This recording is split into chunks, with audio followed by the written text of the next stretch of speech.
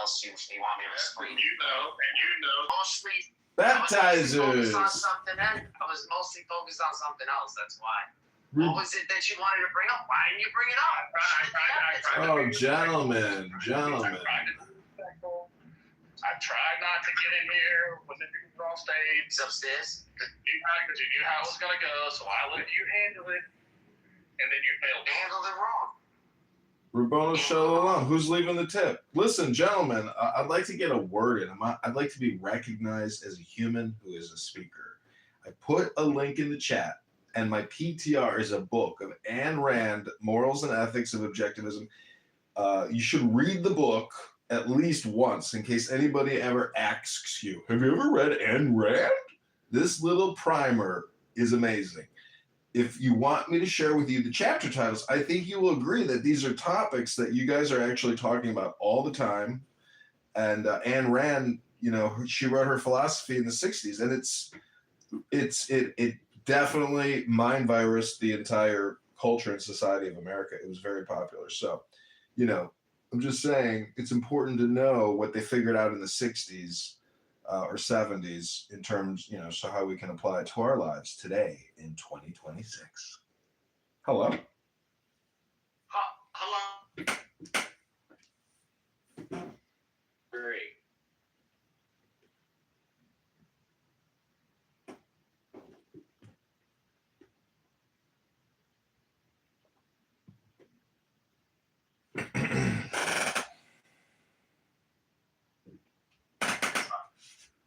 I forget. Oh, teach me. What was I supposed to say? Like one? Well, you know the reading of Genesis 1, right? You know, different.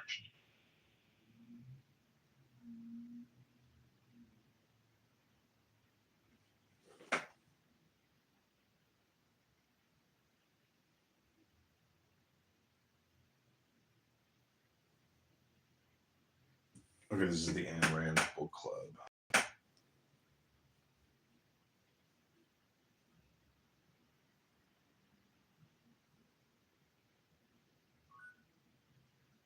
Carmen Honey in the house. I always wanted a little Carmen Honey in my life. Now I got a ketchup kitty cat, a tomato kitty.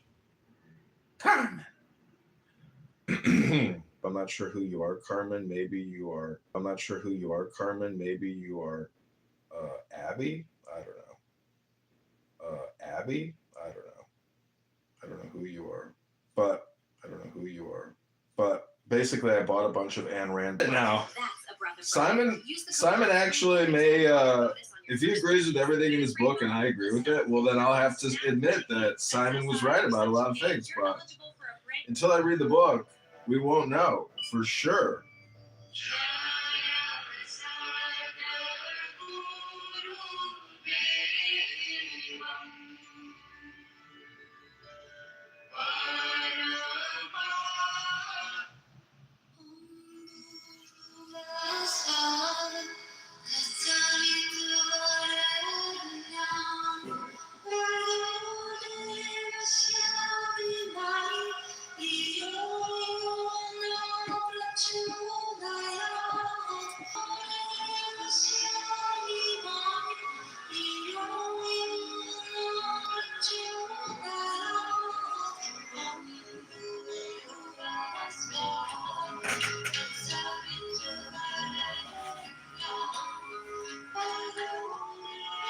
Okay, this is Ayn Rand.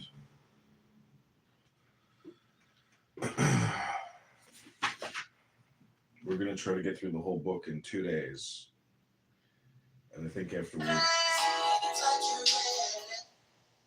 there's two lifting primary sanctions. Remove all direct U.S.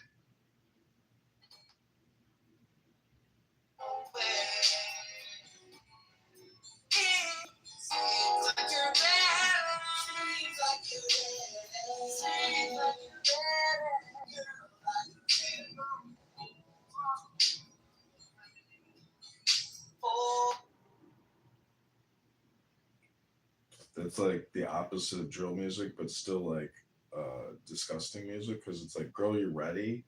What they're saying is they're like hunting a virgin, and they're like, "Man, Rand."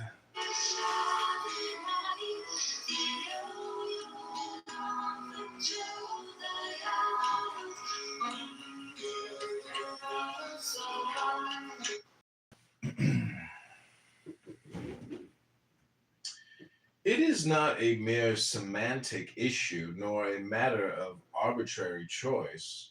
The meaning ascribed in popular usage to the word selfishness is not merely wrong, it represents a devastating intellectual package deal which is responsible more than any other single factor for the arrested moral development of mankind. In popular usage, the word selfishness is a synonym of evil. The image it conjures is of a murderous brute who tramples over piles of corpses to achieve his own ends. Who cares for no living being and pursues nothing but the gratification of the mindless whims of any immediate moment? Yet the exact meaning and dictionary definition of the word selfishness is concern with one's own interests. This concept does not include a moral evaluation. It does not tell us whether concern with one's own interests is good or evil, nor does it tell us what constitutes man's actual interests. It is the task of ethics to answer such questions. The ethics of altruism has created the image of the brute as its answer in order to make men accept two inhuman tenets: A, that any concern with one's own interests is evil, regardless of what these interests might be, and B, that the brute's activities are to one's own interest, which altruism enjoins man to renounce for the sake of his neighbors. For a view of the nature of altruism, its consequence, what concerns us here is altruism's default in the field of ethical theory. The questions which altruism lumps together into one package deal: 1. What are values? 2. Who should be the beneficiary of values? Altruism substitutes the second for the first. It evades the task of defining a code of moral values, thus leaving man, in fact, without moral guidance. Altruism declares that any action taken for the benefit of others is good, and any action taken for one's own benefit is evil. Thus, the beneficiary of an action is the only criterion of moral value. And so long as that beneficiary is anybody other than oneself, anything goes. Hence the appalling immorality, the chronic injustice, the grotesque double standards, the insoluble conflicts and contradictions that have characterized human relationships and humans throughout history. Under all the variants of the altruist ethics, observe the indecency of what passes for moral judgments today. An industrialist who produces a fortune and a gangster who robs a bank are regarded as equally immoral, since they both sought wealth for their own selfish benefit. A young man who gives up his career in order to support his parents and never rises beyond the rank of grocery clerk is regarded as morally superior to the young man who endures an excruciating struggle and achieves his personal ambition. A dictator is regarded as moral, since the unspeakable atrocities he committed were intended to benefit the people, not himself. Observe what this beneficiary criterion of morality does to a man's life. The first thing he learns is that morality is his enemy. Who cares for no living being and pursues nothing but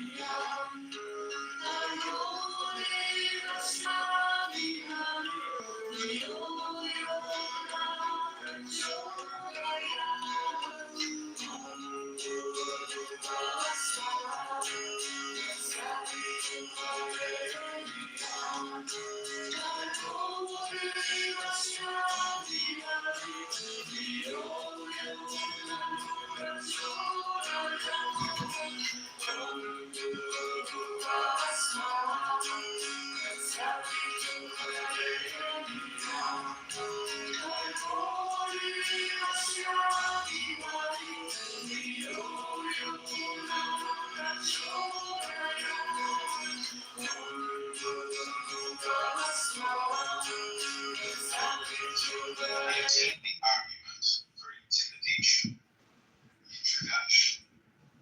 The title of this book may evoke the kind of question that I hear once in a while. Why do you use the word selfishness to denote virtuous qualities and character? But that word antagonizes so many people to whom it does not mean the things you mean. To those who ask it, my answer is for the reason that makes you afraid of it. But there are others who would not ask that question, sensing the moral cowardice it implies, yet who are unable to formulate my actual reason or to identify the profound moral issue involved. It is to them that I will give a more explicit answer. The Virtue of Selfishness by Ayn Rand. Ethics is not a mystic fantasy, nor a social convention, nor a dismissal of subjective luxury. Ethics is an objective necessity of man's survival, not by the grace of the supernatural, nor of your neighbors, nor of your whims, but by the grace of reality and the nature of life. The objectivist ethics proudly advocates and upholds rational selfishness, which means the values required for man's survival qua man, which means the values required for human survival, not the values produced by the desires, the feelings, the whims, or the needs of the irrational brutes who have never outgrown primordial practice of human sacrifices. Ever since their first publication, Ayn Rand's works have had a major impact on the intellectual scene. Her new morality, ethic of rational self-interest, challenges the altruist collectivist fashions of our day, known as objectivism. Her unique philosophy underlies the notion of selfishness, a new concept of egoism.